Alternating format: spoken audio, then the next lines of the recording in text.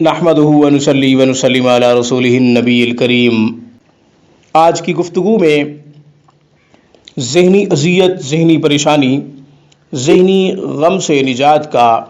قرآنی عمل، قرآنی وظیفہ آپ کی خدمت میں پیش کر رہے ہیں۔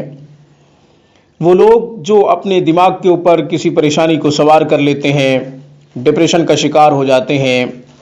ذہنی اذیت میں مبتلا ہو کر صرف سوچتے رہتے ہیں، گوشہ نشین ہو جاتے ہیں، تنہا بیٹھنے کو پسند کرتے ہیں، مجلسیں اچھی نہیں لگتی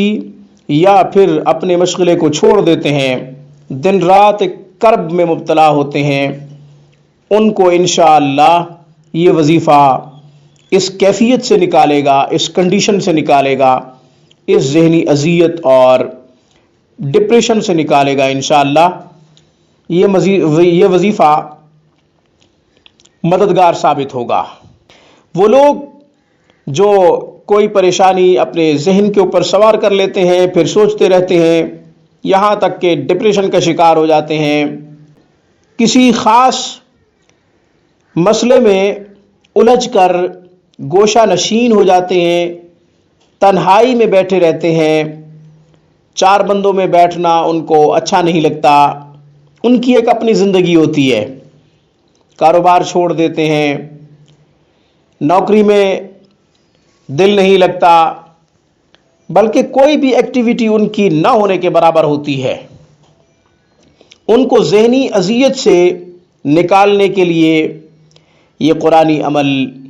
مددگار ثابت ہوگا انشاءاللہ۔ اس کرب سے، اس کنڈیشن سے، اس کیفیت سے وہ لوگ نکل آئیں گے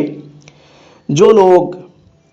ایک خاص زندگی گزارنے پر مجبور ہو چکے ہیں، ڈپریشن کا شکار ہو چکے ہیں،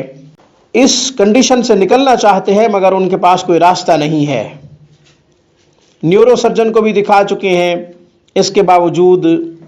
ابھی تک کرب میں مبتلا ہیں، مصیبت میں مبتلا ہیں، ڈپریشن اور پریشانی اور غم میں مبتلا ہیں،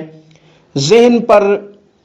بوجھ ہوتا ہے، بے چینی ہوتی ہے، رات کو نیند نہیں آتی، بس صرف سوچتے ہی رہتے ہیں، گم سم رہتے ہیں۔ انشاءاللہ یہ وظیفہ کرنے سے ان تمام کنڈیشنز سے باہر نکل آئیں گے۔ وظیفہ بڑا آسان ہے، 3 دفعہ درود شریف پڑھیں، اس کے بعد 101 دفعہ سورۃ قریش پڑھیں، ممکن ہو سکے تو سر کے اوپر ہاتھ رکھ کے پڑھیں، پھر 3 دفعہ درود شریف پڑھیں۔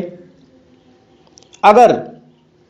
خود نہیں پڑھ سکتے، کوئی اور پڑھ کے دے رہا ہے تو پھر اسے چاہیے 3 دفعہ درود شریف پڑھے، 101 دفعہ سورۃ قریش پڑھیں، پھر 3 دفعہ درود شریف پڑھے اور پانی پہ دم کر کے دے دے، مریض کو پانی پلا دے۔ روزانہ کی بنیاد پہ یہ عمل کیا جائے، انشاءاللہ چند دنوں میں یہ کیفیت، چند دنوں میں یہ حالت ختم ہو جائے گی انشاءاللہ۔ معمول زندگی کا ایک معمول شروع ہو جائے گا، زندگی کا ایک روٹین شروع ہو جائے گا انشاءاللہ۔ عام لوگوں کی طرح دن رات گزارنے پر جو ہے آمادہ ہو جائے گا،